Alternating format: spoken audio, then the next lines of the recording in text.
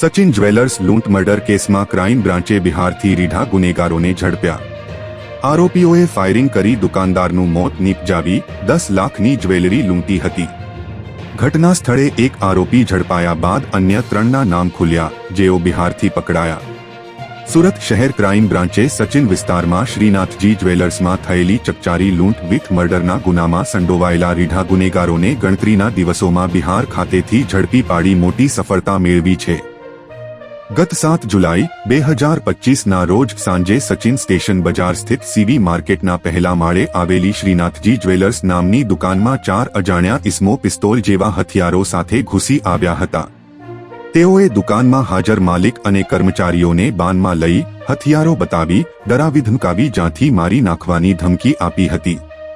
દુકાનના લોકરમાં અને ટેબલના ખાનામાં રાખેલી આશરે 10 લાખ રૂપિયાની સોનાની જ્વેલરી લૂંટીને તેઓ ભાગવા જઈ રહ્યા હતા ત્યારે ભોગ બનનાર આશિષભાઈએ પ્રતિકાર કરતા આરોપીઓએ પિસ્તલ વડે 2-3 વખત ફાયરિંગ કરી તેમના શરીરના ભાગે ગંભીર જીવલેણ ઈજા પહોંચાડી મોત નિપજાવ્યું હતું। આ ઉપરાંત 2 સાહેદોને પગના ભાગે તેમજ જાંઘના ભાગે ગોળી મારી ઈજા પહોંચાડી હતી અને ફરિયાદીને ડાબા હાથના ભાગે પિસ્તલના બટ વડે ઈજા કરી લૂંટને અંજામ આપી નાસી ગયા હતા। આ ગંભીર બનાવ અંગે સચિન પોલીસ સ્ટેશનમાં ભારતીય ન્યાય સંહિતા અને આર્મ્સ એક્ટની વિવિધ કલમો હેઠળ ગુનો રજીસ્ટર કરવામાં આવ્યો હતો। ઘટના સમયે હાજર પબ્લિકના લોકોએ ખૂબ જ બહાદુરીપૂર્વક એક આરોપી દીપક શિવજી પાસવાનને પકડી પાડ્યો હતો। તેની પૂછપરછમાં બીજા આરોપીઓના નામ અવિનાશ ઉર્ફે રાકેશ રઘુનાથ પાસવાન, પિન્ટુ રવિન્દ્ર પાસવાન અને સંજય ચંદ્રદેવ પાસવાન ખુલવા પામ્યા હતા, જેઓ બિહારના રહેવાસી હતા।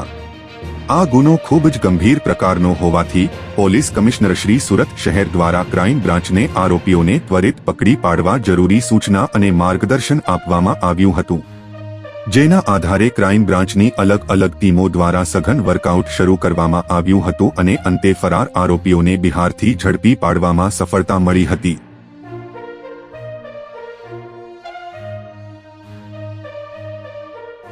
7 जुलाई रोज सचिन पुलिस स्टेशन विस्तार में एक लूट विथ मर्डर बनाव बना था, जेमा सोनी दुकान में जो लूट थी थी अने एना मालिक आशीष प्रतिकार करता जो है एना ऊपर फायरिंग करवामां आवी हती, जेमां एना मृत्यु निपजेल हता। अने ज्यारे आरोपीओ भागता हता त्यारे त्यां स्थानिक लोको जो है एना पकड़वा माटे पाछळ पड़ा तो एना 2 लोकोने बी समान इंजरी करवामां आवी हती फायरिंग द्वारा। जो तात्कालिक पब्लिकना हेल्पथी जो पब्लिके एक आरोपी त्यांथी पकड़ाई गया था जो अने दीपक जो पासवान अने एना पूछपरछमां एवुं आपने जानकारी मळी कि आ लोको दीपक जो आरोपी है आ पहले भी अहींया रही चुका है। सूरत में काम धंधा माटे कड़ोदरा विस्तार में पहले रहता था अने अमुक मास रह्या पछी जता रह्या अने बनावने फरी पहला भी 1 मास जेटला रही चुका है अहींया जो अने एना खबर हती कि आ विस्तार में जो रातना समय 9 वागे पछी ज्यारे आ दुकान बंद थती होय छे तो अपना जेटला भी गोल्ड है गोल्ड जो आ लोको मूके छे तो एना ध्यान में राखीने आ बीजा आरोपीओने त्यां बिहार राज्यना हाजीपुर वैशाली जिल्लामांथी अमुक आरोपीओने बोलाया जो है अने पछी जो आ लूटने अंजाम आपे अने ज्यारे पुलिस दीपकने पूछपरछ करी जो पूछपरछ पछी जो अपने एवुं जाणवा मळ्या कि 2-3 और हार्डकोर क्रिमिनल्स छे आ करीने त्यां भागी गया छे। बिहार तात्कालिक टीमों अहींयाथी जो एटला प्राथमिक इन्फॉर्मेशन पे अहींयाथी 2 PI 1 PSI लगभग 9 जेटला आदमी कुल 12 लोगों अलग अलग 3 टीम अहींयाथी बिहार जती रही थी जो है त्याने स्थानिक पुलिस मदद थी आ घणा दिवसों प्रयास थी जो है अपने त्याथी 2 आरोपीओने पकड़वामां सफलता मळी छे जो जेमां एक आरोपी संजय चंद्रदेव करीने छे जे हाजीपुरमांथी पकड़ाया छे अने एक बीजा आरोपी छे अविनाश जे समस्तीपुर जिल्लामांथी पकड़ाया अने आ आरोपीओना सतत जो है लगभग 1 अठवाडियाथी ऑपरेशन चालता था।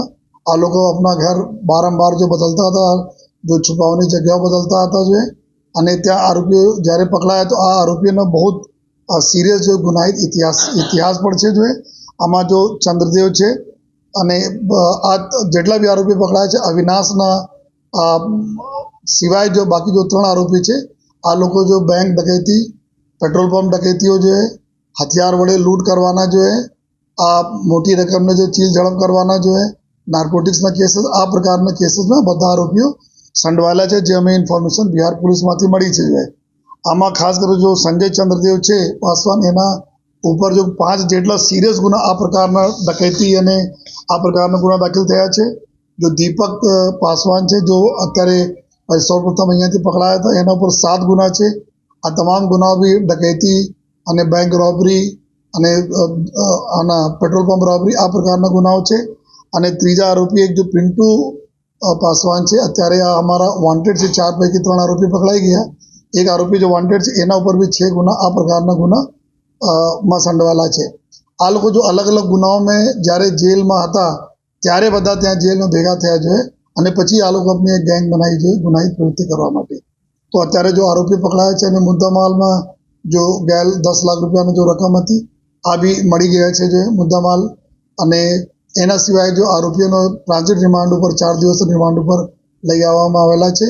અત્યારે વધુ જ એના પૂછપરછ, અહીંયા ક્યાં હતા, બીજા ઓર કોઈ બી એમાં સામેલ છે કે નહીં, કોઈ ટીપ આપે છે કે નહીં, આ બધા તમામ પ્રકારના જો ઇન્ટ્રોગેશન જો રિમાન્ડ લેવા પછી જો કરવામાં આવશે.